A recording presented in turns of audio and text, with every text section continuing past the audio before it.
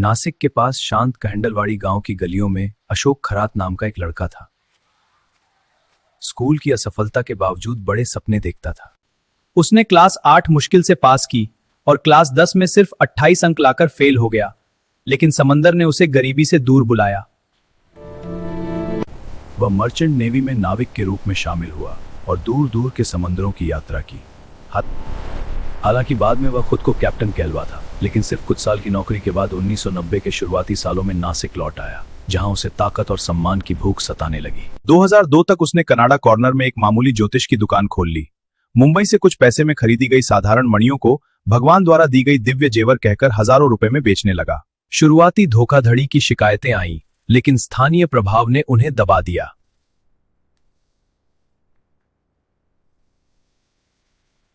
Captain बाबा बनकर उसने खुद को प्राचीन मंदिर से जोड़ा, शिवनिका संस्थान ट्रस्ट की स्थापना की और ओकास प्रॉपर्टी को सामने का पर्दा बनाया। बिल्डर, अधिकारी और ताकतवर राजनेता सर्पदोष और डूबते कारोबार के उपाय मांगने लगे।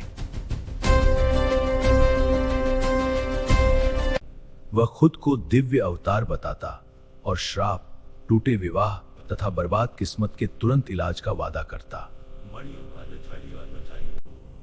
मणियों, अनुष्ठानों और नकदी के भारी दाम पर लोग उसके कनाडा कॉर्नर ऑफिस में आते, लेकिन अंदर छिपे अंधेरे का अंदाजा उन्हें नहीं होता। विवाह या करियर की समस्या लेकर कमजोर महिलाएं मदद मांगने आती। वह उन्हें विशेष पेंडेंट और जादुई पेय देता, नमकीन कड़वे मिश्रण जिनमें बेहोशी की दवाएं मिली होती, जिससे जल्दी सुन्नता और लाचारी छा जाती। वह खुद को शिव का अवतार बताकर इन भयानक कृत्यों को शुद्धिकरण अनुष्ठान कहता। अगर तुमने विरोध किया तो तुम्हारा पति मर जाएगा। दिव्य क्रोध तुम्हारे पूरे परिवार और बच्चों को तबाह कर देगा। उसके अपने ऑफिस बॉय को भी शक हुआ और उसने बाद में गुप्त कैमरा लगा दिया, जो भयावह दृश्य कैद कर लेता।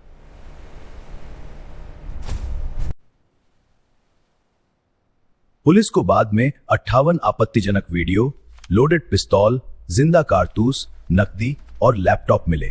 एक बहादुर 35 वर्षीय महिला 2019 में विवाह की सलाह लेने पहली बार आई। पर क्या हुआ है? कोविड के कारण सेंटर बंद है। अच्छा, तो कब खुलेंगे? पता नहीं, स्थिति सामान्य होने पर। 2022 में उसने उसे पवित्र पेंडेंट दिया, इसे कभी मत उतारना वरना तुम्हारी जिंदगी बर्बाद हो जाएगी।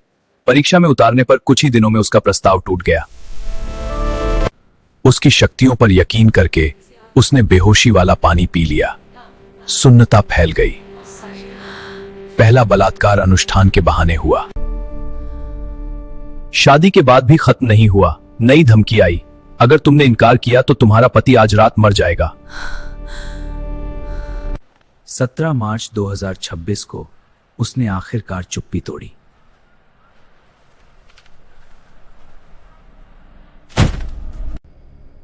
सरकारवाड़ा थाने में वर्षों के बार बार बलात्कार, ब्लैकमेल और आतंक की पूरी डिटेल लिखित शिकायत दर्ज कराई, जो दिसंबर 2025 तक चली।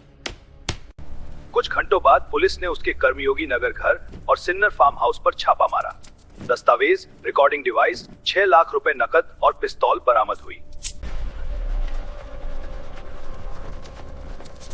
खुद को कैप्टन बाबा कहने वाला अशोक खरात अगले दिन 18 मार्च को गिरफ्तार हो गया। आईपीएस अधिकारी तेजस्विनी सातपुते के नेतृत्व में तुरंत स्पेशल इन्वेस्टिगेशन टीम बन गई। हॉटलाइन पर 100 से ज्यादा शिकायतें आईं। ज्यादातर महिलाएं और परिवार यौन शोषण, वसूली और ब्लैक मैजिक के भयानक आरोप लगा रहे थे। सरकारवाड़ा, वावी और शिरडी थानों में कुल 11 एफआईआर दर्ज हुई। 8 मामले बलात्कार और यौन शोषण से जुड़े। एक नया शिरडी मामला। 55 वर्षीय व्यक्ति ने खरात और उसकी पत्नी कल्पना पर निघोज की 10 करोड़ की जमीन हड़पने का आरोप लगाया। एक प्रमुख पुणे बिल्डर ने बताया कि खरात ने सर्पदोष की जानलेवा धमकी देकर लगभग 5 करोड़ रुपए और 21 विदेश यात्राएं वसूली।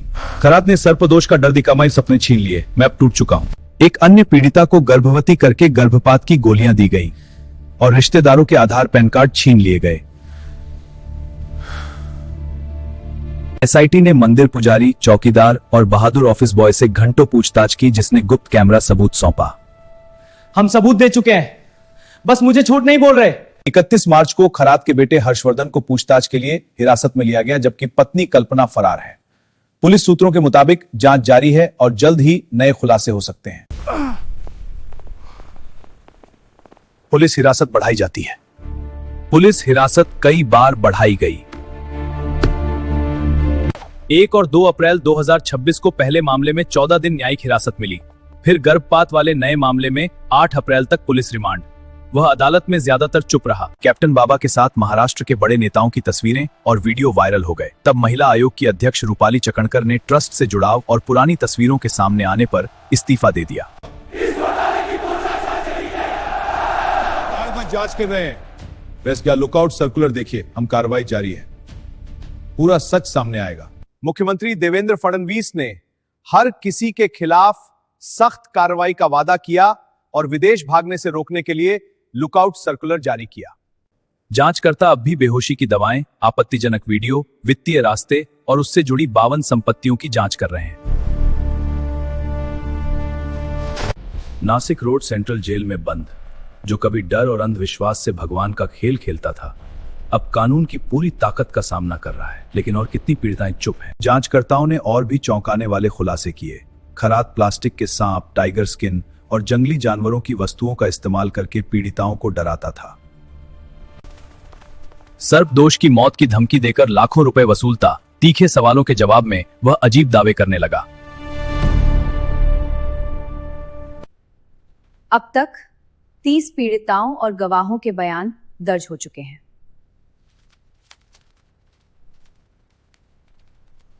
खरात पीड़िताओं के परिवार में मौत का डर पैदा करके इमली के बीज और पत्थरों वाले अनुष्ठान करके उनसे पैसे ऐंठता था।